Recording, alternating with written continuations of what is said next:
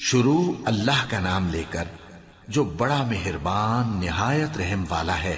سب تعریف اللہ ہی کو ہے جس نے اپنے محبوب بندے محمد صلی اللہ علیہ وآلہ وسلم پر یہ کتاب نازل کی اور اس میں کسی طرح کی کجی اور پیچیدگی نہ رکھی، بلکہ سیدھی اور سلیس اتاری تاکہ لوگوں کو عذاب سخت سے جو اس کی طرف سے آنے والا ہے ڈرائے، اور مومنوں کو جو نیک عمل کرتے ہیں خوشخبری سنائے کہ ان کے لیے ان کے کاموں کا نیک بدلہ یعنی بہشت ہے جس میں وہ ہمیشہ رہیں گے، اور ان لوگوں کو بھی ڈرائے جو کہتے ہیں کہ اللہ نے کسی کو بیٹا بنا لیا ہے۔ ان کو اس بات کا کچھ بھی علم نہیں اور نہ ان کے باپ دادا ہی کو تھا۔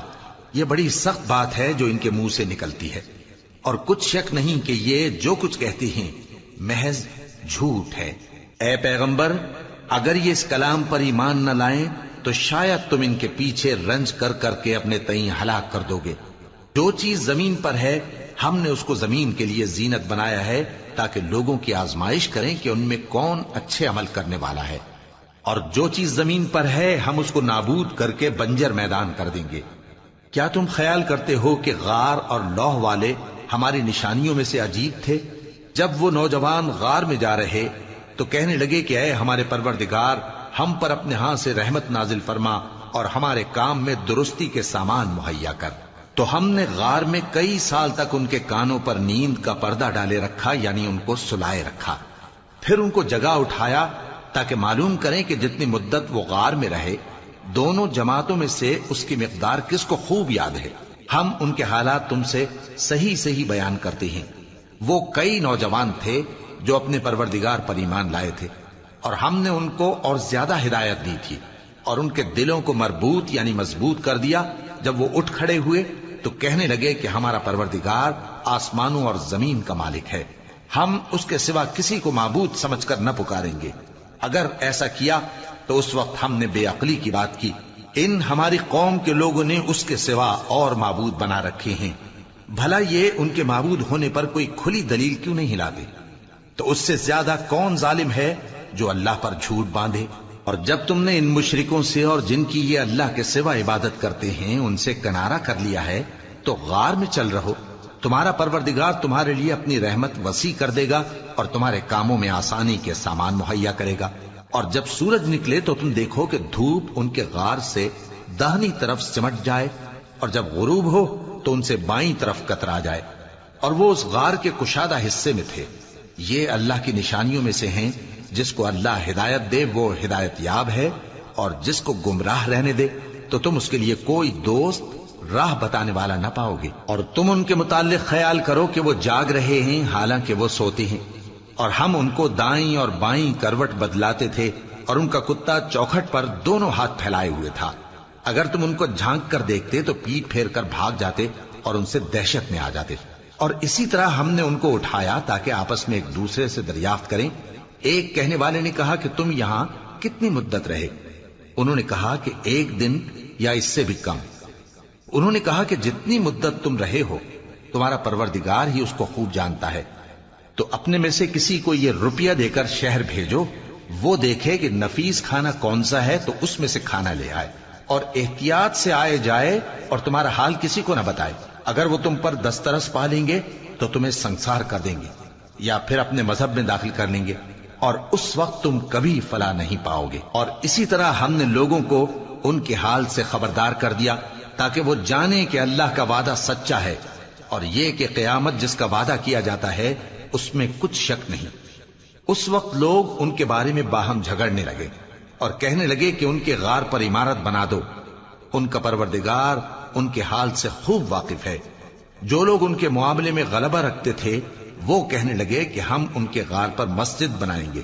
بعض لوگ اٹکل پچو کہیں گے کہ وہ 3 تھے اور چوتھا ان کا کتا تھا، اور بعض کہیں گے کہ وہ 5 تھے اور چھٹا ان کا کتا تھا، اور بعض کہیں گے کہ وہ 7 تھے اور 8واں ان کا کتا تھا۔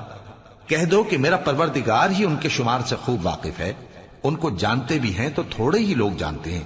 تو تم ان کے معاملے میں بحث نہ کرنا مگر سرسری سی بحث، اور نہ ان کے بارے میں ان میں سے کسی سے کچھ دریافت ہی کرنا، اور کسی کام کی نسبت نہ کہنا کہ میں اسے کل کر دوں گا، مگر انشاءاللہ کہہ کر، یعنی اگر اللہ چاہے تو کر دوں گا۔ اور جب اللہ کا نام لینا بھول جاؤ تو یاد آنے پر لے لو، اور کہہ دو کہ امید ہے کہ میرا پروردگار مجھے اس سے بھی زیادہ ہدایت کی باتیں بتائے۔ اور اصحاب کہف اپنے غار میں 9 اوپر 300 سال رہے۔ کہہ دو کہ جتنی مدت وہ رہے اسے اللہ ہی خوب جانتا ہے، اسی کو آسمانوں اور زمین کی پوشیدہ باتیں معلوم ہیں، وہ کیا خوب دیکھنے والا اور کیا خوب سننے والا ہے۔ اس کے سوا ان کا کوئی کارساز نہیں، اور نہ وہ اپنے حکم میں کسی کو شریک کرتا ہے۔ اور اپنے پروردگار کی کتاب کو جو تمہارے پاس بھیجی جاتی ہے پڑھتے رہا کرو، اس کی باتوں کو کوئی بدلنے والا نہیں، اور اس کے سوا تم کہیں پناہ بھی نہیں پاؤ گے۔ اور جو لوگ صبح و شام اپنے پروردگار کو پکارتے اور اس کی خوشنودی کے طالب ہیں، ان کے ساتھ صبر کرتے رہو، اور تمہاری نگاہیں ان میں سے گزر کر اور طرف نہ دوڑیں کہ تم دنیاوی زندگی کی رونقوں کے خواستگار ہو جاؤ۔ اور جس شخص کے دل کو ہم نے اپنی یاد سے غافل کر دیا ہے اور وہ اپنی خواہش کی پیروی کرتا ہے اور اس کا کام حد سے بڑھ گیا ہے، اس کا کہا نہ ماننا۔ اور کہہ دو کہ لوگو یہ قرآن تمہارے پروردگار کی طرف سے برحق ہے، تو جو چاہے ایمان لائے اور جو چاہے کافر رہے۔ ہم نے ظالموں کے لیے دوزخ کی آگ تیار کر رکھی ہے جس کی قناتیں ان کو گھیر رہی ہوں گی، اور اگر فریاد کریں گے تو ایسے کھولتے ہوئے پانی سے ان کی داد رسی کی جائے گی جو پگھلے ہوئے تانبے کی طرح گرم ہوگا اور جو ان کے چہروں کو بھون ڈالے گا۔ ان کے پینے کا پانی بھی برا اور آرام گاہ بھی بری۔ اور جو ایمان لائے اور کام بھی نیک کرتے رہے تو ہم نیک کام کرنے والوں کا اجر ضائع نہیں کرتے۔ ایسے لوگوں کے لیے ہمیشہ رہنے کے باغ ہیں جن میں ان کے محلوں کے نیچے نہریں بہ رہی ہیں، ان کو وہاں سونے کے کنگن پہنائے جائیں گے، اور وہ باریک دیبا اور اطلس کے سبز کپڑے پہنا کریں گے، اور تختوں پر تکیے لگا کر بیٹھا کریں گے۔ کیا خوب بدلہ اور کیا خوب آرام گاہ ہے۔ اور ان سے 2 شخصوں کا حال بیان کرو جن میں سے ایک کو ہم نے انگور کے 2 باغ عنایت کیے تھے اور ان کے گردا گرد کھجوروں کے درخت لگا دیے تھے اور ان کے درمیان کھیتی پیدا کر دی تھی۔ دونوں باغ کثرت سے پھل لاتے اور اس کی پیداوار میں کسی طرح کی کمی نہ ہوتی، اور دونوں میں ہم نے ایک نہر بھی جاری کر رکھی تھی، اور اس طرح اس شخص کو ان کی پیداوار ملتی رہتی تھی۔ تو ایک دن جبکہ وہ اپنے دوست سے باتیں کر رہا تھا، کہنے لگا کہ میں تم سے مال و دولت میں بھی زیادہ ہوں اور جتھے اور جماعت کے لحاظ سے بھی زیادہ عزت والا ہوں، اور ایسی شیخیوں سے اپنے حق میں ظلم کرتا ہوا اپنے باغ میں داخل ہوا۔ کہنے لگا کہ میں نہیں خیال کرتا کہ یہ باغ کبھی تباہ ہو، اور نہ خیال کرتا ہوں کہ قیامت برپا ہو، اور اگر میں اپنے پروردگار کی طرف لوٹایا بھی جاؤں تو وہاں ضرور اس سے اچھی جگہ پاؤں گا۔ تو اس کا دوست جو اس سے گفتگو کر رہا تھا کہنے لگا کہ کیا تم اس ذات سے کفر کرتے ہو جس نے تم کو مٹی سے پیدا کیا، پھر نطفے سے، پھر تمہیں پورا آدمی بنایا؟ مگر میں تو یہ کہتا ہوں کہ اللہ ہی میرا پروردگار ہے، اور میں اپنے پروردگار کے ساتھ کسی کو شریک نہیں کرتا۔ اور جب تم اپنے باغ میں داخل ہوئے تو تم نے ماشاء اللہ لا قوت الا باللہ کیوں نہ کہا؟ اگر تم مجھے مال و اولاد میں اپنے سے کمتر دیکھتے ہو تو عجب نہیں کہ میرا پروردگار مجھے تمہارے باغ سے بہتر عطا فرمائے، اور تمہارے اس باغ پر آسمان سے آفت بھیج دے تو وہ صاف میدان ہو جائے، یا اس باغ کی نہر کا پانی گہرائی میں اتر جائے تو پھر تم اسے تلاش نہ کر سکو، اور اس کے میووں کو عذاب نے آ گھیرا اور وہ اپنی چھتریوں پر گر کر رہ گیا، تو جو مال اس نے اس پر خرچ کیا تھا اس پر حسرت سے ہاتھ ملنے لگا اور کہنے لگا کہ کاش میں اپنے پروردگار کے ساتھ کسی کو شریک نہ بناتا۔ اس وقت اللہ کے سوا کوئی جماعت اس کی مددگار نہ ہوئی اور نہ وہ بدلہ لے سکا۔ یہاں سے ثابت ہوا کہ حکومت سب اللہ کی ہے، جو معبود برحق ہے وہی بہترین ثواب عطا کرنے والا اور بہترین انجام لانے والا ہے۔ اور ان سے دنیا کی زندگی کی مثال بھی بیان کر دو کہ وہ ایسی ہے جیسے پانی جسے ہم نے آسمان سے برسایا تو اس کے ساتھ زمین کی پیداوار مل کر نکلی، پھر وہ چورا چورا ہو گئی کہ ہوائیں اسے اڑاتی پھرتی ہیں، اور اللہ تو ہر چیز پر قدرت رکھتا ہے۔ مال اور بیٹے تو دنیا کی زندگی کی رونق و زینت ہیں، اور نیکیاں جو باقی رہنے والی ہیں وہ ثواب کے لحاظ سے تمہارے پروردگار کے ہاں بہت اچھی اور امید کے لحاظ سے بہت بہتر ہیں۔ اور جس دن ہم پہاڑوں کو چلائیں گے اور تم زمین کو صاف میدان دیکھو گے اور ان لوگوں کو ہم جمع کر لیں گے تو ان میں سے کسی کو بھی نہیں چھوڑیں گے، اور سب تمہارے پروردگار کے سامنے صف باندھ کر لائے جائیں گے. تو ہم ان سے کہیں گے کہ جس طرح ہم نے تم کو پہلی بار پیدا کیا تھا اسی طرح آج تم ہمارے سامنے آئے، لیکن تم نے تو یہ خیال کر رکھا تھا کہ ہم نے تمہارے لیے قیامت کا کوئی وقت مقرر ہی نہیں کیا، اور اعمال کی کتاب کھول کر رکھی جائے گی تو تم گناہگاروں کو دیکھو گے کہ جو کچھ اس میں لکھا ہوگا اس سے ڈر رہے ہوں گے، اور کہیں گے ہائے شامت، یہ کیسی کتاب ہے کہ نہ چھوٹی بات کو چھوڑتی ہے نہ بڑی کو، کوئی بات بھی نہیں مگر اسے لکھ رکھا ہے، اور جو جو عمل کیے ہوں گے سب کو حاضر پائیں گے، اور تمہارا پروردگار کسی پر ظلم نہیں کرے گا. اور جب ہم نے فرشتوں کو حکم دیا کہ آدم کو سجدہ کرو تو سب نے سجدہ کیا مگر ابلیس نے نہ کیا، وہ جنات میں سے تھا تو اپنے پروردگار کے حکم سے باہر ہو گیا. کیا تم اس کو اور اس کی اولاد کو میرے سوا دوست بناتے ہو، حالانکہ وہ تمہارے دشمن ہیں، اور شیطان کی دوستی ظالموں کے لیے اللہ کی دوستی کا برا بدل ہے. میں نے ان کو نہ تو آسمانوں اور زمین کے پیدا کرنے کے وقت بلایا تھا اور نہ خود ان کے پیدا کرنے کے وقت، اور میں ایسا نہ تھا کہ گمراہ کرنے والوں کو مددگار بناتا. اور جس دن اللہ فرمائے گا کہ اب میرے شریکوں کو جن کی نسبت تم معبود ہونے کا گمان رکھتے تھے بلاؤ، تو وہ ان کو بلائیں گے مگر وہ ان کو کچھ جواب نہ دیں گے، اور ہم ان کے درمیان ہلاکت کی ایک جگہ بنا دیں گے، اور گناہگار لوگ دوزخ کو دیکھیں گے تو یقین کر لیں گے کہ وہ اس میں پڑنے والے ہیں، اور اس سے بچنے کا کوئی راستہ نہ پائیں گے. اور ہم نے اس قرآن میں لوگوں کے سمجھانے کے لیے طرح طرح کی مثالیں بیان فرمائی ہیں، لیکن انسان سب چیزوں سے بڑھ کر جھگڑالو ہے. اور لوگوں کے پاس جب ہدایت آ گئی تو ان کو کس چیز نے منع کیا کہ ایمان لائیں اور اپنے پروردگار سے بخشش مانگیں، بجز اس کے کہ اس بات کے منتظر ہوں کہ انہیں بھی پہلوں کا سا معاملہ پیش آئے یا ان پر عذاب سامنے سے آ جائے. اور ہم جو پیغمبروں کو بھیجا کرتے ہیں تو صرف اس لیے کہ لوگوں کو اللہ کی نعمتوں کی خوشخبریاں سنائیں اور عذاب سے ڈرائیں. اور جو کافر ہیں وہ باطل کی مدد سے جھگڑا کرتے ہیں تاکہ اس سے حق کو پھسلا دیں، اور انہوں نے ہماری آیتوں کو اور جس چیز سے ان کو ڈرایا جاتا ہے اسے ہنسی بنا لیا ہے. اور اس سے بڑھ کر ظالم کون، جس کو اس کے پروردگار کی آیات کے ذریعے سمجھایا گیا تو اس نے ان سے منہ پھیر لیا، اور جو اعمال وہ آگے کر چکا اس کو بھول گیا. ہم نے ان کے دلوں پر پردے ڈال دیے کہ اسے سمجھ نہ سکیں، اور کانوں میں ثقل پیدا کر دیا ہے کہ سن نہ سکیں. اور اگر تم ان کو رستے کی طرف بلاؤ تو کبھی رستے پر نہ آئیں گے، اور تمہارا پروردگار بخشنے والا صاحب رحمت ہے. اگر وہ ان کے کرتوتوں پر ان کو پکڑنے لگے تو ان پر جھٹ عذاب بھیج دے، مگر ان کے لیے ایک وقت مقرر کر رکھا ہے کہ اس کے عذاب سے کوئی پناہ کی جگہ نہ پائیں گے. اور یہ بستیاں جو ویران پڑی ہیں جب انہوں نے کفر کر کے ظلم کیا تو ہم نے ان کو تباہ کر دیا، اور ان کی تباہی کے لیے ایک وقت مقرر کر دیا تھا. اور جب موسیٰ نے اپنے شاگرد سے کہا کہ جب تک میں دو دریاؤں کے ملنے کی جگہ نہ پہنچ جاؤں ٹلنے کا نہیں، خاص صدیوں چلتا رہوں. پھر جب وہ دونوں ان دریاؤں کے سنگم پر پہنچے تو اپنی مچھلی بھول گئے. پھر اس مچھلی نے دریا میں سرنگ کی طرح اپنا رستہ بنا لیا. جب آگے چلے تو موسیٰ نے اپنے شاگرد سے کہا کہ ہمارا کھانا لاؤ، اس سفر سے ہم کو بہت تکان ہو گئی ہے.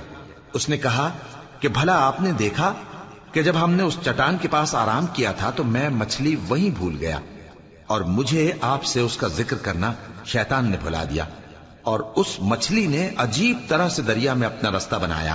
موسیٰ نے کہا یہی تو وہ مقام ہے جسے ہم تلاش کرتے تھے. تو وہ اپنے پاؤں کے نشان دیکھتے دیکھتے لوٹ گئے. وہاں انہوں نے ہمارے بندوں میں سے ایک بندہ دیکھا جس کو ہم نے اپنے ہاتھ سے رحمت خاص سے نوازا تھا اور اپنے پاس سے ایک خاص علم بخشا تھا. موسیٰ نے ان سے جن کا نام خضر تھا کہا کہ جو علم اللہ کی طرف سے آپ کو سکھایا گیا ہے اگر آپ اس میں سے مجھے کچھ بھلائی کی باتیں سکھائیں تو میں آپ کے ساتھ رہوں. خضر نے کہا کہ تم میرے ساتھ رہ کر صبر نہیں کر سکو گے، اور جس بات کی تمہیں خبر ہی نہیں اس پر صبر کر بھی کیسے سکتے ہو. موسیٰ نے کہا اللہ نے چاہا تو آپ مجھے صابر پائیے گا اور میں آپ کے ارشاد کے خلاف نہیں کروں گا.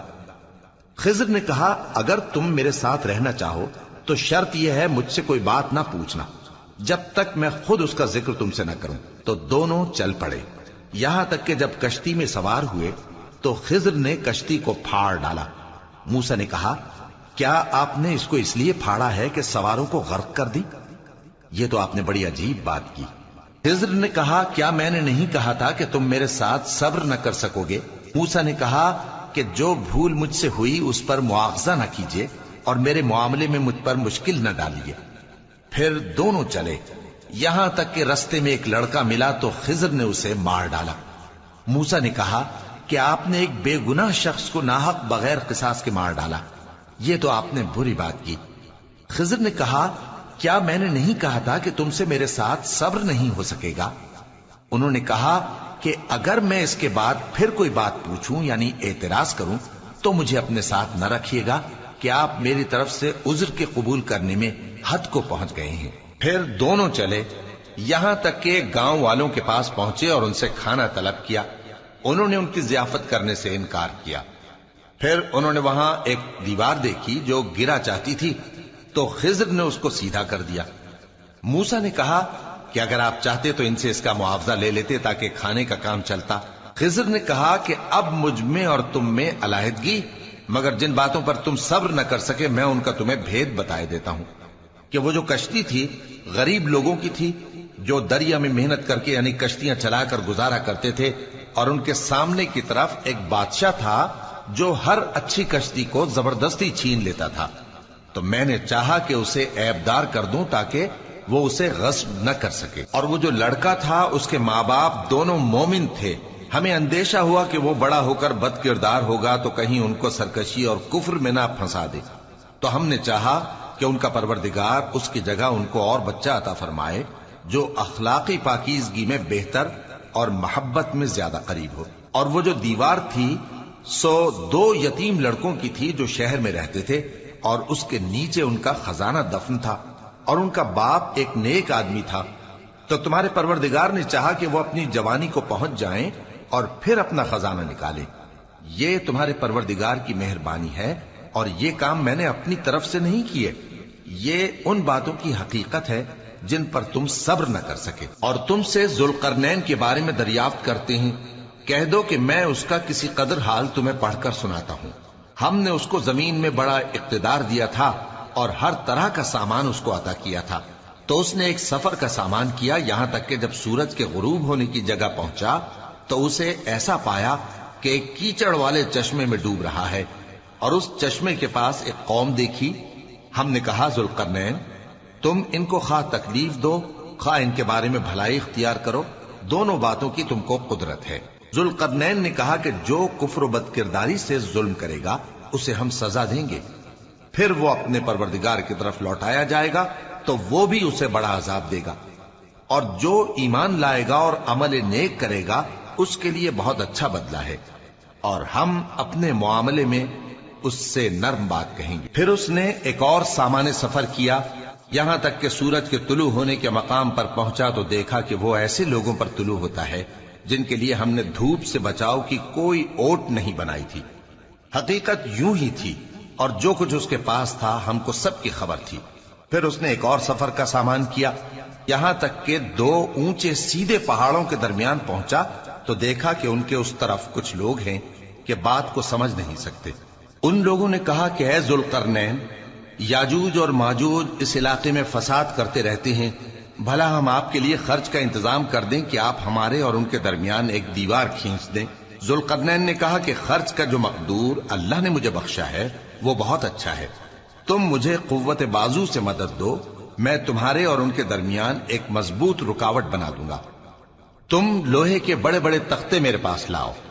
چنانچہ کام جاری کر دیا گیا، یہاں تک کہ جب اس نے دونوں پہاڑوں کے درمیان کا حصہ برابر کر دیا اور کہا کہ اب اسے دھوکو، یہاں تک کہ جب اس کو دھونک دھونک کر آگ کر دیا تو کہا کہ اب میرے پاس تانبا لاؤ کہ اس پر پگھلا کر ڈال دوں۔ پھر ان میں یہ قدرت نہ رہی کہ اس پر چڑھ سکیں، اور نہ یہ طاقت رہی کہ اس میں نقب لگا سکیں۔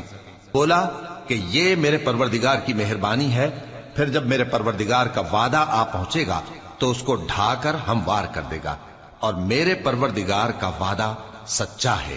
اس روز ہم ان کو چھوڑ دیں گے کہ روئے زمین پر پھیل کر ایک دوسرے میں گھس جائیں گے، اور سور پھونکا جائے گا تو ہم سب کو جمع کر لیں گے، اور اس روز ہم جہنم کو کافروں کے سامنے لائیں گے۔ جن کی آنکھیں میری یاد سے پردے میں تھیں اور وہ سننے کی طاقت نہیں رکھتے تھے۔ اب کیا کافر یہ خیال کرتے ہیں کہ وہ میرے بندوں کو میرے سوا اپنا کارساز بنائیں گے تو میں خفا نہیں ہوں گا؟ ہم نے ایسے کافروں کے لیے جہنم کی مہمانی تیار کر رکھی ہے۔ کہہ دو کہ ہم تمہیں ایسے لوگ بتائیں جو اعمال کے لحاظ سے بڑے نقصان میں ہیں۔ یہ وہ لوگ ہیں جن کی دوڑ دھوپ دنیا کی زندگی میں برباد ہو گئی اور وہ یہ سمجھے ہوئے ہیں کہ وہ اچھے کام کر رہے ہیں۔ یہ وہ لوگ ہیں جنہوں نے اپنے پروردگار کی آیتوں کو نہ مانا اور اس کے سامنے جانے سے انکار کیا، تو ان کے اعمال ضائع ہو گئے۔ سو ہم قیامت کے دن ان کے لیے کچھ بھی وزن قائم نہیں کریں گے۔ یہ ان کی سزا ہے، یعنی جہنم، اس لیے کہ انہوں نے کفر کیا اور ہماری آیتوں اور ہمارے پیغمبروں کی ہنسی اڑائی۔ جو لوگ ایمان لائے اور عمل نیک کیے ان کے لیے بہشت کے باغ بطور مہمانی ہوں گے، ہمیشہ ان میں رہیں گے اور وہاں سے مکان بدلنا نہ چاہیں گے۔ کہہ دو کہ اگر سمندر میرے پروردگار کی باتوں کے لکھنے کے لیے روشنائی ہو تو قبل اس کے کہ میرے پروردگار کی باتیں تمام ہوں سمندر ختم ہو جائے، اگرچہ ہم ویسا ہی اور اس کی مدد کو لائیں۔ کہہ دو کہ میں تمہاری طرح کا ایک بشر ہوں، البتہ میری طرف وہی آتی ہے کہ تمہارا معبود وہی ایک معبود ہے۔ تو جو شخص اپنے پروردگار سے ملنے کی امید رکھے چاہیے کہ عمل نیک کرے اور اپنے پروردگار کی عبادت میں کسی کو شریک نہ بنائے۔